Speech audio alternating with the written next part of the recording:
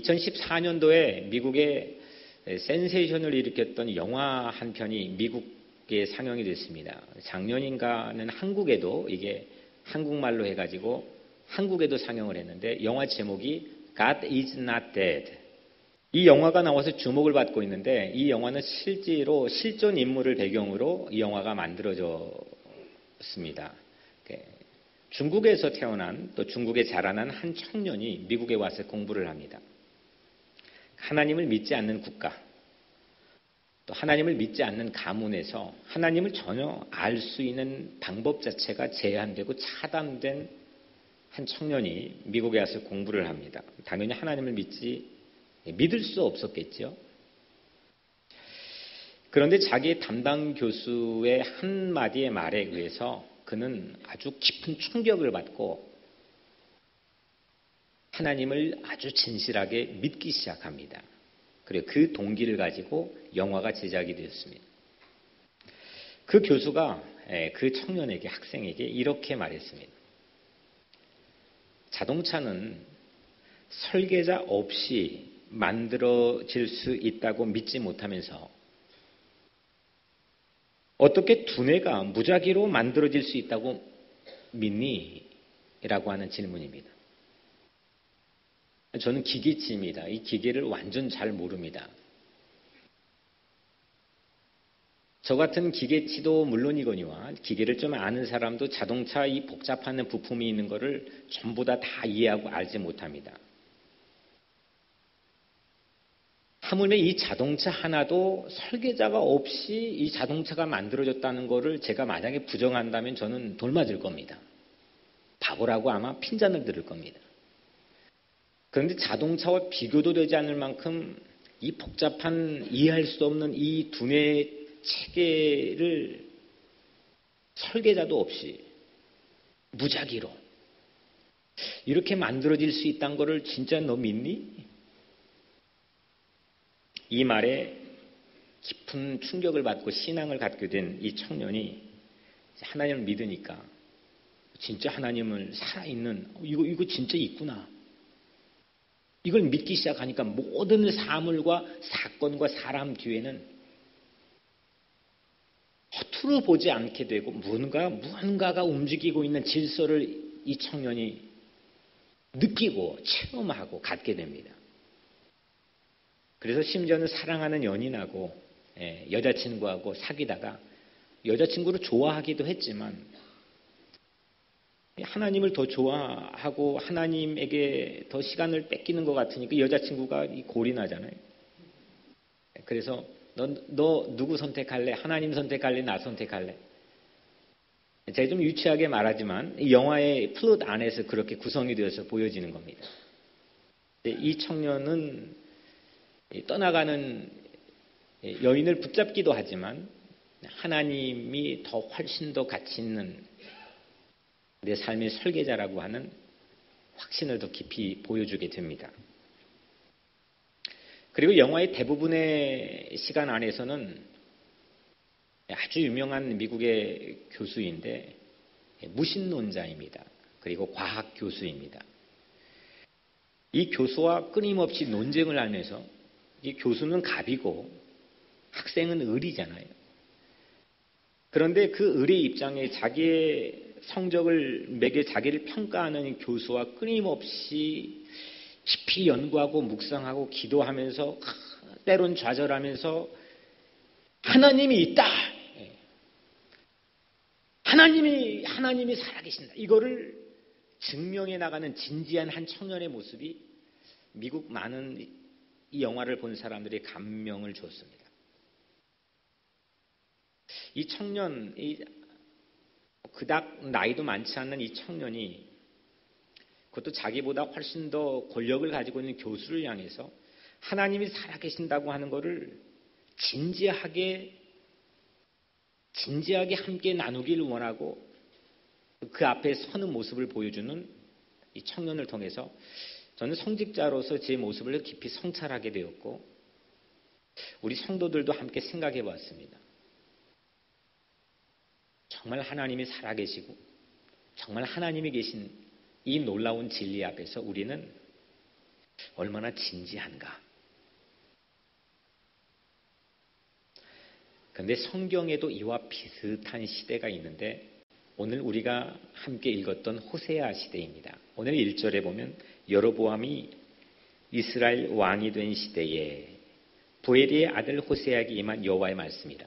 여로보암 왕 시대를 우리가 그냥 쉽게 간단하게 여러분들에게 소개하면 아주 겉으로 승승장구했던 시대입니다. 21명의 이 북쪽의 왕들이 전부 다 악하다고 나중에 성경의 평가를 받거든요.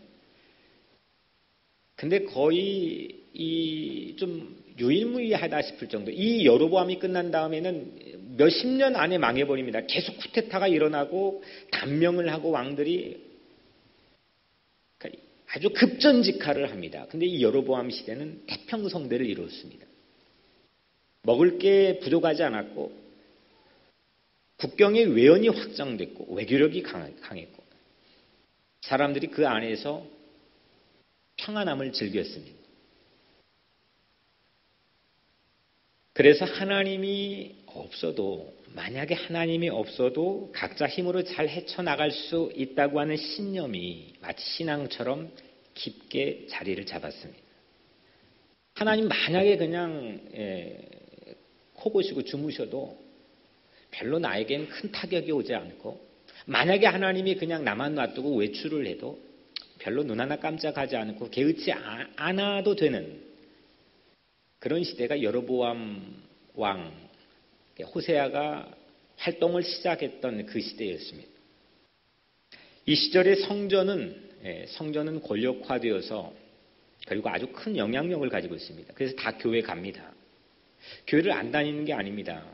왜냐하면 교회가 곧 국권을 가지고 있었기 때문에 전부 다 교회 가야 내가 내 어떤 삶이 살아있다는 어떤 생존감에 대해서 확인을 받게 되고 나도 영향력 있는 사람이 되기 때문입니다. 사람들은 그래서 교회를 떠나지 않습니다. 전부 다 성전 안에 있습니다. 근데 교회를 떠나지 않으면서 하나님 버리는 길을 택할 수 있던 시대가 바로 이 시대입니다.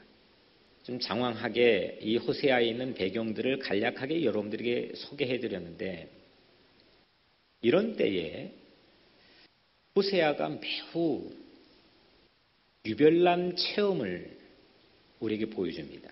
좀 납득이 가지 않는 어떻게 해석하고 받아들여야 될지 좀 당황스러운 그의 유별난 결혼을 우리에게 소개해 줍니다. 오늘 2절에 너는 가서 음란한 여자를 맞이하여 음란한 자식들을 낳으라.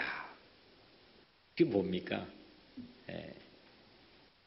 이 나라가 여호와를 떠나 크게 음란함이니라. 그러니까 예언자가 매춘부와 결혼해서 자녀를 낳아라. 하나님이 처음 사역을 시작하는 호세아에게 주신 첫 번째 명령입니다. 그런데 문제는 호세아가 결혼을 이 음란한 여자 고멜이라고 하는 이름을 가진 여인과 결혼을 하는데 문제는 결혼한 이후입니다.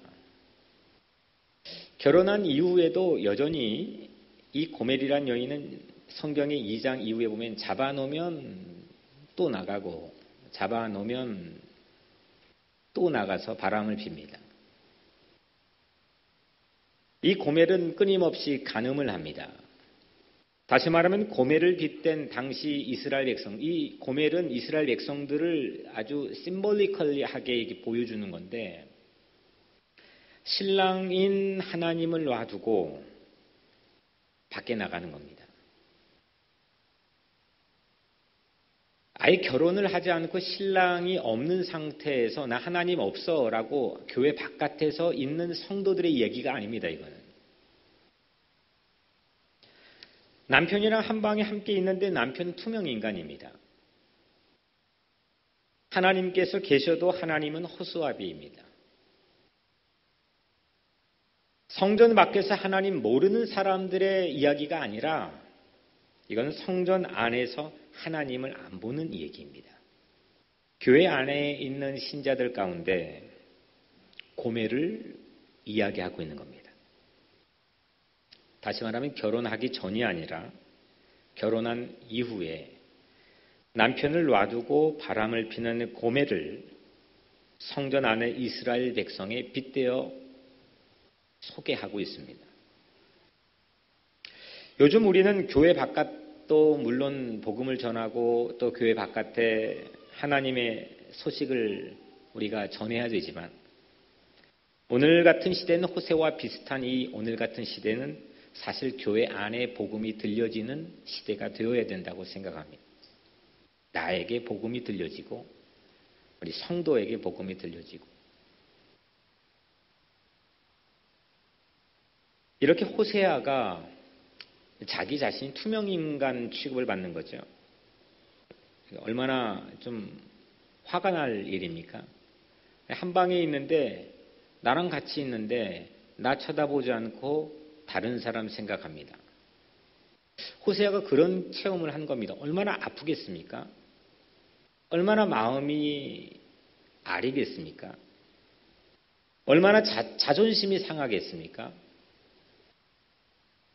그런데 오늘 호세아는 투명인간 취급을 받는 그 아픔을 이미 아는데도 불구하고 이 결혼을 그리고 결혼 이후의 삶을 마치 숙명처럼 받아들입니다. 마찬가지로 한 방에서 하나님이 투명인간처럼 마치 하나님이 죽어 있는 것처럼 그렇게 하나님의 아픔을 풍자적으로 그리고 있는 책이 바로 호세아서입니다. 그런데 이런 때는 제가 서두에 말씀드렸던 것처럼 여로보암 왕이 태평성대에 일어났다는 겁니다. 평안할 때 일어났습니다. 절대 아주 빌빌기고 바닥에 있을 때 그럴 때 일어난 게 아닙니다. 각자 힘으로도 웬만한 어려움들은 내가 커버할 수 있다는 자신감이 곧 신앙처럼 내가 할 수 I can do it. 미국 텍사스의 어떤 미국 목사님 아주 전 세계 센세이션 긍정적인 신앙 can do it. 물론 그걸 믿음이라고 얘기했지만 그 자신감이 곧 신앙처럼 둔갑해버리는 호황의 시대, 잘 되는 시대에 일어난 일입니다. 멀쩡하게 하나님을 말하면서도 우리 각자의 삶을 설계하고 이 땅의 모든 걸 설계하고 제작하신 하나님을 무시하는 그런 삶을 때론 저도 살았습니다. 그리고 오늘날 많은 현대 교회들이 그렇게 보여주고 있습니다.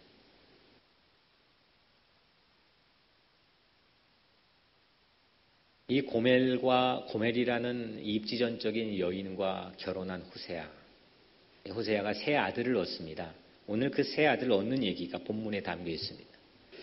그냥 아주 단순하게 여러분들에게 이 이름의 의미를 소개하면 첫 번째 이 자녀의 이름인 이즈르엘은 유혈폭동이라는 그런 의미를 담고 있습니다. 유혈폭동. 왜냐하면 이 땅은 제가 올해 가보기도 했지만 정말 환상적인 땅입니다. 너무 좋은 땅입니다.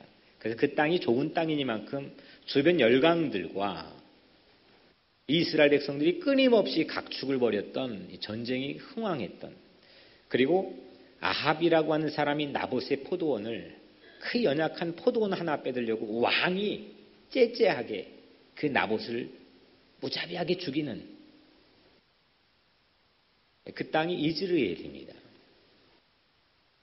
그리고 그 폭력을 다시 심판해서 예후가 혁명을 일으키는데 그 아합의 아내인 이세벨이 시신이 개에게 막 뜯겨가는 비참한 모습으로 심판을 받습니다.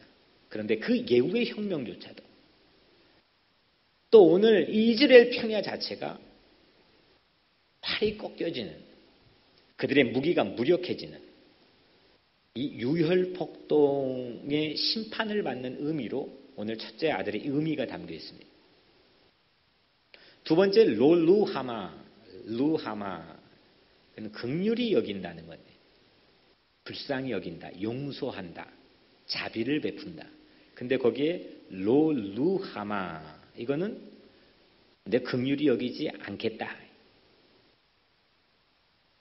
쉽게 말하면 이름 뜻이 한국말로 하면 무자비죠. 무자비. 용서하지 않겠다. 이게 애기 이름입니다. 딸의 이름입니다. 마지막 막둥이 이름이 로암미인데, 이건 암미는 나의 백성이란 뜻입니다. 근데 로암미, 내 백성 아니다. 그러니까 너는 이제부터 나한테 아무것도 아니다. 무서운 겁니다. 사랑하기로 한 사람이 너 이제부터 나하고는 끝이야. 아무것도 아니야. 아니 그거를 자식 이름으로, 그것도 고매라고 지금 결혼한 것조차도 이게 지금 내 인생이 왜 이렇게 꼬여가지? 라고 생각할 법한 호세아에게 이 세 자녀 이름을 주는데, 첫 번째는 유혈폭동, 두 번째는 무자비, 세 번째는 nothing, 아무것도 아니야 너. 이 뜻을 가진 이름을 가진 자녀를 이 호세아가 얻게 됩니다.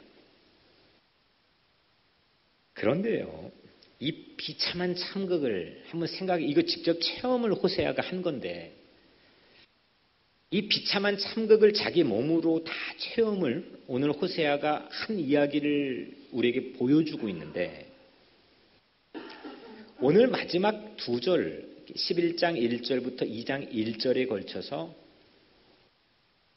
이 세 자녀의 이름이 바뀌어지는 것을 우리에게 보여줍니다. 이스라엘의 날이 클 것이미로다. 너희 형제에게는 암미라 하고 너희 자매에게는 루하마라 하라. 자녀의 운명이 바뀌어지는 겁니다. 아니 유혈폭동이 이제는 번영으로 바뀌어졌습니다. 이스라엘이 클 것이다. 그리고 로암미가 암미, 내 백성, 내 거야 이거. 이거 손대지 마. 이건 내 거야. 이 인생으로 바뀌어졌습니다. 또 롤루하마가 무자비가 자비로 바뀌어졌습니다. 그러니까 이 자녀들의 운명이 바뀌어졌습니다. 호세아 책은 뭐냐면 2장 이후부터 이야기는 이 세 자녀와 고멜의 비극적인 그런 운명이 어떻게 바뀌어지는지를 과정을 우리에게 보여주고 있는 책입니다. 사실 여러분들 솔직히 오늘 여러분들, 저와 여러분들 이 자리에 와서 하나님께 예배를 드리는데 이게 우리의 관건 아닙니까? 우리 째로 폼 잡기 위해서 이 자리에 와 있는 거 아니지 않습니까? 내 삶에 점철됐던 이 악연의 운명 자체를 끊어버리고 내 삶에 무언가 변화를 기대하고 내 삶에 보다 더 나은 내일을 희망하고 그 확신을 가지고 내일 월요일부터 살기 위해서 오늘 우리는 하나님께 예배를 드리는 거 아닙니까? 이게 우리 관건입니다. 그런데 하나님 없이 살았는데 그것도 잡아놓으면 또 나가고 잡아놓으면 또 나갔는데 하나님께서는 이들의 운명을 바꿔줬습니다. 번영으로, 자비로, 내 거라는 특권으로. 이런 운명으로 어떻게 바뀌어졌을까요? 제가 질문하는 겁니다. 아니, 제가 오늘 이 호세아 책 전체에서 우리에게 질문하는 겁니다. 어떻게, how? 그 메소돌로지만 알게 되면 우리는 신비한 어떤 시크릿, 그 비밀을 우리는 손에 쥐고 세상을 그 비밀대로 풀어가며 살면 되지 않겠습니까? 운명이 어떻게 바뀌어졌습니까? 비참한 운명이, 참담한 운명이 어떻게 멋지고 근사하고 매력적인 운명으로 바뀌어졌습니까? 호세아 전체 14장의 책 중에 가장 클라이막스가 11장인데 11장 8절에 보면 이런 말씀이 있습니다. 에브라임이여, 에브라임은 북이스라엘 호세아가 살던 땅의 애칭입니다. 에브라임이여, 내가 어찌 너를 놓겠느냐? 이스라엘이여, 내가 어찌 너를 버리겠느냐? 내가 어찌 너를 아드마같이 놓겠느냐? 어찌 너를 스보임같이 두겠느냐. 내 마음이 내 속에서 돌이키어 나의 긍휼이 온전히 불붙어 타도다. 이건 이 호세아 전체의 플롯 안에서 하나님의 독백입니다. 내가 어찌 너를 놓겠느냐. 내가 어찌 너를 버리고 단념하겠느냐. 내가 낳은 내 자식인데 어찌 내가 너를 방치하고 내가 너를 포기할 수 있겠느냐. 단념할 수 없다는 겁니다. 망하고 황폐해지도록 포기할 수 없다는 겁니다. 음란한 여인의 자녀인 폭력, 무자비, 나띵이 박힐 수 있는 것, 이거는 어떤 때에도 단념할 수 없는, 어떤 때에도 포기하지 않는 하나님의 사랑으로 이루어지는 줄 믿으시길 바랍니다. 죽을 것처럼 아픈 사랑, 여러분들 호세아는 그걸 직접 체험했습니다. 하나님이 그냥 우리 일반적으로 하나님이 아프시다 그러지만 그걸 체험하지 않은 우리는 어떻게 그걸 알 수 있겠습니까? 그냥 흉내 내는 거죠. 호세아는 대동소이하게 그게 어떤 아픔인지를 비슷하게 이 땅에 체험한 예수와 가장 밀접해 있는 유일한 인물 중에서는 하나라고 생각합니다. 체험했습니다. 마치 같이 한 방에 있는데 투명인간처럼 취급받았습니다. 잡아놓으면 또 나갔습니다. 나를 보지 않았습니다. 그게 얼마나 아픈 사랑인지. 그런데 그 죽을 것처럼 아픈 사랑은 결국 사랑하는 대상을 위해서 죽게 했습니다. 예수를 보내 하나님 자신이 사랑하는 이를 위해서 죽었습니다. 우리 각자의 비참한 태평성대건 언제건 간에 그냥 투명인간처럼 취급하며 사랑할 수 없는 그런 대상과 아주 비참하게 무자비한 그런 이름을 가지고 살아가는 우리 각자의 운명이 바뀌어질 수 있는 유일한 방법, 유일한 이유는 하나님이 죽으시는 사랑을 통해서만 가능하다는 것. 죽음을 이기는 사랑입니다. 호세아서는 이 사랑을 통해 세 자녀와 고멜의 운명이 바뀌고 이스라엘 미래가 변화될 수, 이스라엘 이 벽척간돌 위기에 놓여 있는 이스라엘도 희망을 가질 수 있고 이스라엘도 기대할 수 있다고 하는 시대적인 비전을 제시하는 책입니다. 그래서 이런 의미에서 우리에게도 이해 못할 고난이 있습니다. 당황스러운 경험, 체험들이 있습니다. 내 힘으로는 도무지 이거는 납득이 되지 않고 why 나? why me? 왜 나야? 라고 생각되어지는 전혀 이해가 되지 않고 받아들일 수 없고 해석이 되지 않는 그런 우리 각자의 어려움과 고난과 아픔과 상처가 있습니다. 그런데 그 고난이 축복이 되는 이유를 우리는 호세아라고 한 예언자를 통해서 보게 됩니다. God is not dead. 정말 하나님이 죽지 않고 살아계시는 것은 하나님이 죽지 않고 정말 살아있는 걸 여러분들을 믿을 수 있는 건 하나님이 우리를 위해서 이미 죽으셨기 때문입니다. 그래서 오늘 말씀의 제목은 하나님은 죽었다입니다.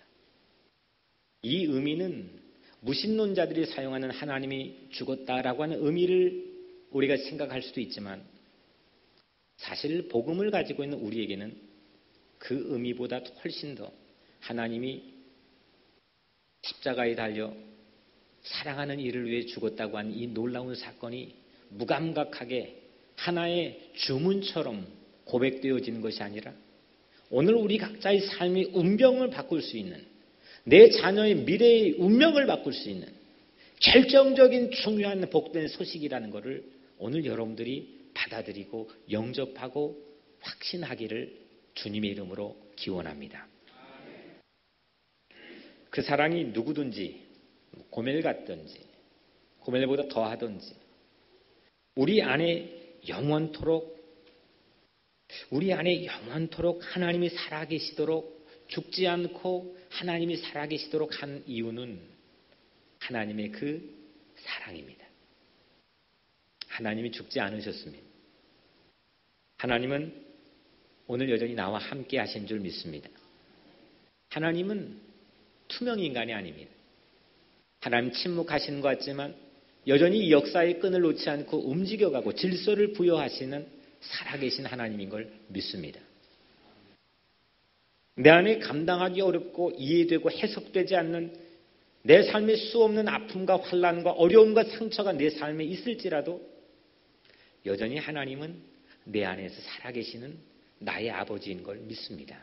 이 11장 9절 내가 나의 맹렬한 진노를 나타내지 않으며 내가 다시는 에브라임을 멸하지 아니하리니 이는 내가 하나님이요 사람이 아님이라. 멋있지 않습니까? 나는 하나님이지 사람이 아니야. 너희처럼 좋았다가 변죽을 뒤끌 듯하고 너희처럼 보다가 투명인간 취급하고 잡으면 또 나가고 사방팔방 관심이 흩어져 있는 난 그런 사람 아니야. 나는 하나님이야. 이게 하나님의 자존심입니다. 그 하나님의 자존심이 우리를 놓지 않고 포기하지 않고 단념하지 않고 우리를 붙들고 우리를 위해서 결국 죽기까지 우리를 사랑했다는 겁니다. 내가 하나님이 아니야. 하나님이지 사람이 아니야. 이 호세아를 통한 하나님의 독백의 이 계시, 이게 오늘 우리 각자의 삶에 다시 희망을 걸어볼 수 있는 유일한 근거라고 저는 생각합니다.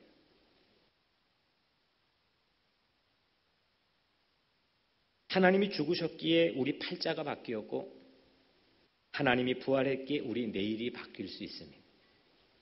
고멜처럼 살았어도 우리가 고멜 이상처럼 살았을지라도 우리가 하나님의 사랑을 오늘 받아들이고 그 사랑을 영접한다면 괜찮습니다.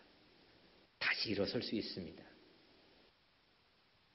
운명이, 내 운명이, 그리고 내 내일이, 나의 투모로우가 바뀔 수 있는 유일한 근거는 우리를 위해 죽기까지 사랑하셨던 하나님의 놀라운 사랑입니다.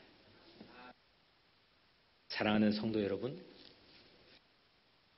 이 놀라운 호세아가 전해주는 복음을 여러분들은 믿습니까? 하나님은 우리 상태가 최상일 때, 잘 나갈 때, 괜찮을 때, 멋있을 때, 내 상태가 맥시멈 최상일 때 나를 찾아오는 게 아닙니다. 성경을 보면 고멜과 같이 내 인생이 최악일 때, 경건하지 않았을 때, 하나님과 원수가 되었을 때 그 하나님은 희한하게도 나를 찾아오셨습니다. 왜요? 하나님이지 사람이 아니기 때문에. 내 인생이 최악일 때 나를 단념하지 않는 사람, 내 주변에 누가 있을까? 나를 놓지 않고 포기하지 않고 결국 나를 위해 무엇도 헌신하고 놓겠다고 다짐하는 그 사랑을 여러분들 혹시 받으셔 봤습니까? 우리를 얻을 때까지, 나를 얻을 때까지 끊임없이 사랑하는 분, 나를 사랑하는 분. 참된 사랑을 몰라서 이리 뒤뚱 저리 뒤뚱 발정난 사람처럼 그렇게 뛰어다녔던 우리의 분주함과 우리 모든 각자의 흩어졌던 관심과 삶. 근데 우리를 마침내 사랑의 사람들로 다시 거듭 태어나게 두 번째 인생을 살도록 그 하나님의 사랑은 우리 운명을 바꾸어 주었습니다. 고멜조차 아내로 맞는 대범한 사랑, 흉내도 못 내겠습니다. 그 여인을 아내로 맞는 이 대범한 사랑, 그 사랑은 호세아뿐만 아니라 오늘 우리 각자의 삶에도 혁명을 일으킬 수 있습니다.